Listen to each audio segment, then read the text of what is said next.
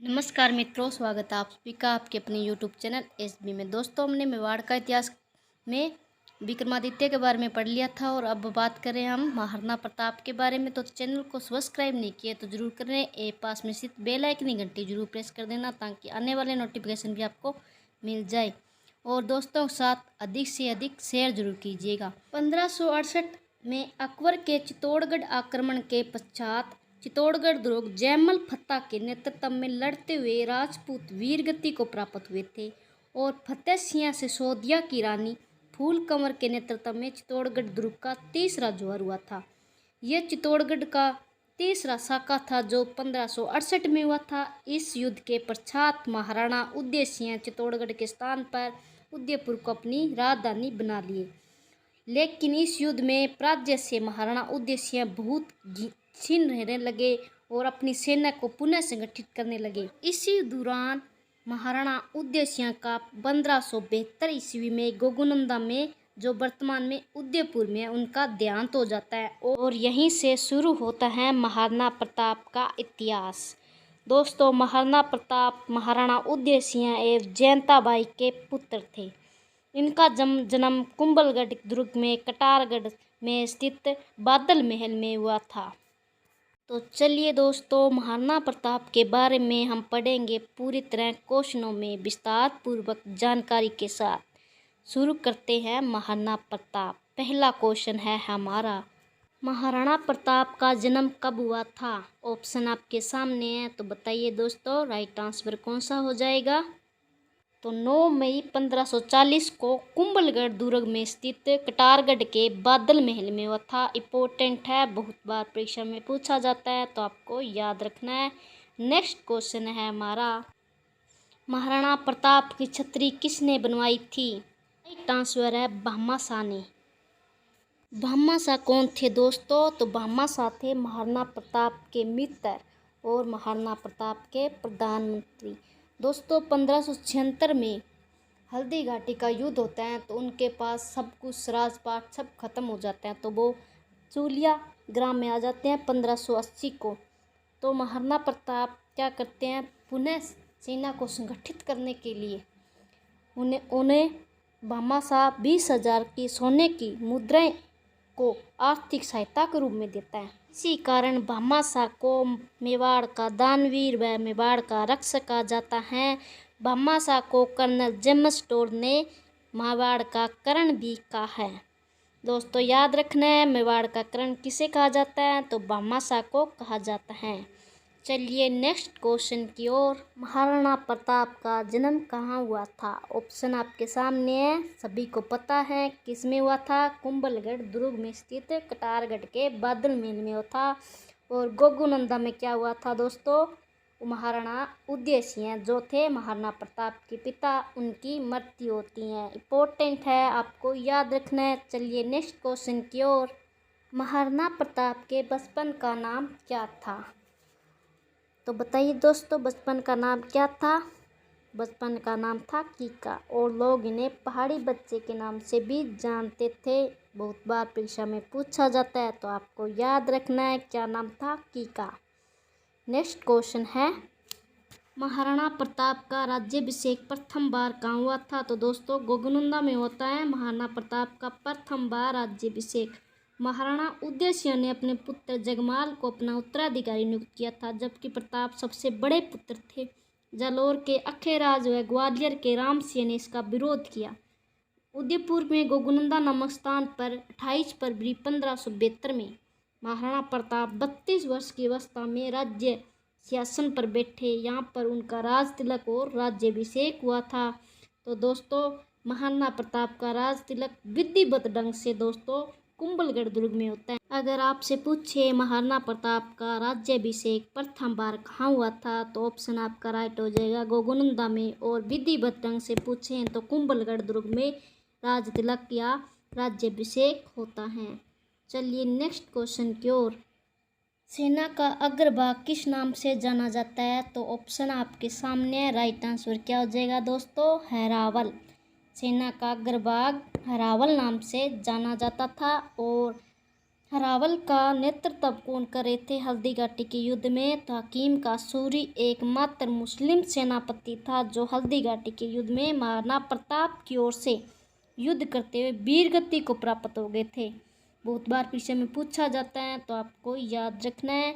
Next question है, महाराणा प्रताप की मृत्यु किस स्थान पर हुई थी? तो दोस्तों चावंड में हुई थी महाराणा प्रताप की मृत्यु। बांडोली, उदयपुर और इसके निकट स्थान है चावंड, जहाँ पर 19 जनवरी 1597 को महाराणा प्रताप की मृत्यु हुई थी और इनका अंतिम संस्कार भी यहीं पर किया गया था और यहीं पर इनकी 8 खंभों की छतरी बना दी गई थी। तो आपको याद रखना है कि महाराणा प्रताप की छतरी कहाँ पर बनी हुई है? तो बंडोली, उदयपुर में स्थित चावंड नामक स्थान पर 8 खंभों की है यह छतरी। तो चलिए नेक्स्ट क्वेश्चन की ओर। महाराणा प्रताप का राज्याभिषेक कब हुआ? तो दोस्तों महाराणा प्रताप का राज्याभिषेक कब हुआ था? 15 अप्रैल 1572 को हुआ था महाराणा प्रताप का राज्याभिषेक। चलिए नेक्स्ट क्वेश्चन की ओर। निम्न में से किसने हल्दी घाटी के युद्ध के बाद अपनी दाढ़ी राजपूतों के खून से रंगी थी? तो दोस्तों कौन था? बदायूनी था। यह अकबर का साहित्यकार था और उसने 1576 में हल्दी घाटी के युद्ध में भाग लिया था और अपनी दाढ़ी राजपूतों के खून से रंगी थी। तो आपको याद रखना है कि राजपूतों के खून से दाढ़ी रंगने वाला कौन था? बदायूनी था, अकबर का साहित्यकार। चलिए नेक्स्ट क्वेश्चन की ओर। हल्दी घाटी युद्ध की योजना अकबर की सेना ने कहाँ बनाई? तो दोस्तों कहाँ बनाई थी? अजमेर में युद्ध की योजना या रूपरेखा तैयार की थी। और महाराणा प्रताप के बारे में पूछे तो उसने कुंभलगढ़ दुर्ग में योजना या रूपरेखा तैयार की थी युद्ध की हल्दी घाटी के। चलिए नेक्स्ट क्वेश्चन की ओर। हल्दी घाटी युद्ध का प्रत्यक्ष वर्णन किस में मिलता है? तो दोस्तों किस में मिलता है? मुतखाब उक्त तवारीख में हल्दी घाटी युद्ध का प्रत्यक्ष वर्णन मिलता है। चलिए नेक्स्ट क्वेश्चन की ओर। महाराणा प्रताप के पुत्र का नाम क्या था दोस्तों? तो 19 जनवरी 1597 को महाराणा प्रताप का निधन हो जाता है। उनके बाद इनके उत्तराधिकारी बनते हैं अमर सिंह प्रथम। तो महाराणा प्रताप के पुत्र का नाम क्या हो जाएगा दोस्तों? अमर सिंह प्रथम। चलिए नेक्स्ट क्वेश्चन की ओर। अकबर द्वारा प्रताप के लिए अंतिम सैनिक अभियान किसके नेतृत्व में भेजा गया था? तो दोस्तों जगन्नाथ कछवा को हल्दी घाटी युद्ध के पश्चात महाराणा प्रताप के विरुद्ध इन्हें अधीनता स्वीकार करने के लिए 5 दिसंबर 1584 को भेजा गया था। अकबर हल्दी घाटी युद्ध के बाद महाराणा प्रताप के विरुद्ध 3 दूत भेजता है। प्रथम बार शहबाज खान को भेजता है। शहबाज खान 3 बार जाता है, 15 अक्टूबर 1577 को, 15 दिसंबर 1578 को, अप्रैल 1579 को। दोस्तों यह कुंभलगढ़ दुर्ग को अपने उस पर आक्रमण करता है और जीत जाता है। और दूसरी बार जाते हैं अब्दुल रहीम खाने खां, जिनको अकबर का नवरत्न भी कहा जाता है। इन्हें भेजते हैं दिसंबर 1580 को और अंतिम में भेजते हैं जगन्नाथ कछवा को 5 दिसंबर 1584 को। तो दोस्तों इनका क्रमवार आपको याद होना चाहिए कि प्रथम बार किसको भेजा जाता है? शहबाज को। शहबाज को 3 बार भेजा जाता है, 15 अक्टूबर 1577, 15 दिसंबर 1578 और अप्रैल 1579 को। दूसरी बार अब्दुल रहीम खाने खां को, तीसरी बार जगन्नाथ कछवा को। क्रमवाइज याद रखना है आपको, परीक्षा में बहुत बार क्रमवाइज पूछा जाता है। तो चलिए नेक्स्ट क्वेश्चन की ओर। हल्दी घाटी युद्ध किस नदी के किनारे हुआ? तो दोस्तों हल्दी घाटी का युद्ध है वो बनास नदी के किनारे होता है और इसी कारण इसे क्या कहा जाता है? बनास का युद्ध के नाम से भी जाना जाता है। तो चलिए नेक्स्ट क्वेश्चन की ओर। महाराणा प्रताप ने कुंभलगढ़ को राजधानी कब बनाया? तो दोस्तों 1572 को कुंभलगढ़ दुर्ग को अपनी राजधानी बनाया था। चलिए नेक्स्ट क्वेश्चन की ओर। महाराणा प्रताप ने चावंड को अपनी राजधानी कब बनाया? तो दोस्तों 1585 को महाराणा प्रताप ने चावंड को मेवाड़ की राजधानी बनाया था और यह 28 वर्षों तक मेवाड़ की राजधानी रही थी। और यहीं पर प्रताप ने चामुंडा माता का मंदिर भी बनाया है और प्रताप ने अपने अंतिम दिन भी यहीं पर बिताए थे। परीक्षा में पूछा जाता है कि महाराणा प्रताप ने अपने अंतिम दिन कहाँ बिताए थे, तो चावंड में अपने अंतिम दिन बिताए थे। चलिए नेक्स्ट क्वेश्चन की ओर।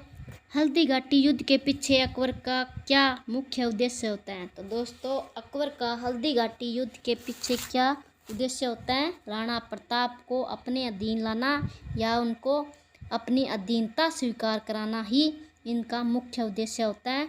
चलिए नेक्स्ट क्वेश्चन की ओर। प्रताप ने हल्दी घाटी युद्ध की योजना कहाँ बनाई? तो दोस्तों, महाराणा प्रताप ने हल्दी घाटी युद्ध की योजना कुंभलगढ़ दुर्ग में बनाई थी। और अकबर के बारे में पूछे तो अजमेर में बनाई थी। अभी आपको बताया था तो आपको याद रखना है। चलिए नेक्स्ट क्वेश्चन की ओर।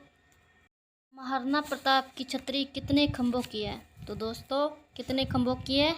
8 खंभों की है महाराणा प्रताप की छतरी। नेक्स्ट है, हल्दी घाटी के युद्ध में अकबर की ओर से लड़े गए हाथी का नाम क्या था? तो दोस्तों, मर्दाना हाथी था, जो अकबर की ओर से मानसिंह हाथी था, जो हल्दी घाटी के युद्ध में भाग लेता है। और लूणा हाथी और राम प्रसाद हाथी महाराणा प्रताप के थे। और राम प्रसाद हाथी के बारे में बता दूं दोस्तों, महाराणा प्रताप का सबसे प्रसिद्ध हाथी था। युद्ध के दौरान यह हाथी मुगल सेना के हाथ में लग गया था और अकबर ने हल्दी घाटी के युद्ध के बाद इसका नाम राम प्रसाद से बदलकर क्या रख दिया था? पीर प्रसाद कर दिया था। इम्पोर्टेंट है, बहुत बार परीक्षा में पूछा जाता है तो आपको याद रखना। और हल्दी घाटी में अकबर के हाथी का नाम था हवाई। चलिए नेक्स्ट क्वेश्चन की ओर। महाराणा प्रताप की माता कौन थी? तो दोस्तों, जयवंता बाई थी महाराणा प्रताप की माता। यह अखेरा सोनगरा की पुत्री थी। आपको याद रखना है कि जयवंता बाई किसकी पुत्री थी? अखेरा सोनगरा की। बहुत बार परीक्षा में पूछा जाता है तो आपको याद रखना है। और इनके पिता के बारे में पूछे तो महाराणा उदय सिंह थे इनका पिता और जयवंता बाई इनकी माता थी। इम्पोर्टेंट है, बहुत बार परीक्षा में पूछा जाता है। चलिए नेक्स्ट क्वेश्चन की ओर। हल्दी घाटी युद्ध में प्रताप की सेना के ढुलान बाग का नेतृत्व कौन कर रहा था? तो राइट आंसर हो जाएगा पूजा। और हरावल बाग के बारे में पूछे तो दोस्तों, क्या आंसर हो जाएगा? हकीम खां सूरी। चलिए नेक्स्ट क्वेश्चन की ओर। चेतक का चबूतरा कहाँ पर स्थित है? राइट आंसर हो जाएगा बलीचागाम राजसमंद में। दोस्तों, चेतक कौन था? महाराणा प्रताप के घोड़े का नाम था और इसका छतरी बनी हुई है बलीचागाम में, जो कि है राजसमंद में स्थित है। चलिए नेक्स्ट क्वेश्चन की ओर। प्रताप कितनी उम्र में शासक बने थे? तो राइट आंसर हो जाएगा 32 वर्ष की उम्र में। उस इतिहासकार का नाम बताइए जिसने हल्दी घाटी के युद्ध को अनिर्णायक युद्ध की संज्ञा दी। तो राइट आंसर क्या हो जाएगा? डॉक्टर गोपीनाथ शर्मा ने हल्दी घाटी युद्ध को अनिर्णायक युद्ध की संज्ञा दी थी। और कर्नल जेम्स टोड ने हल्दी घाटी युद्ध को मेवाड़ की थर्मोपल्ली कहा तथा प्रत्येक नगर के लड़ाकू को लियोनिडास कहा है। बहुत बार परीक्षा में पूछा जाता है कि हल्दी घाटी युद्ध को मेवाड़ की थर्मोपल्ली किसने कहा है? तो कर्नल जेम्स टोड ने कहा था मेवाड़ की थर्मोपल्ली। चलिए नेक्स्ट क्वेश्चन की ओर।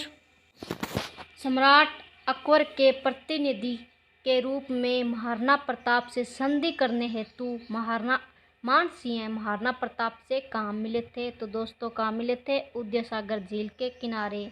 तो राइट आंसर हो जाएगा हमारा उदय सागर झील। चलिए नेक्स्ट क्वेश्चन की ओर। प्रताप की छतरी का पुनर्निर्माण किसने करवाया? तो छतरी का निर्माण करवाते हैं फतेह सिंह।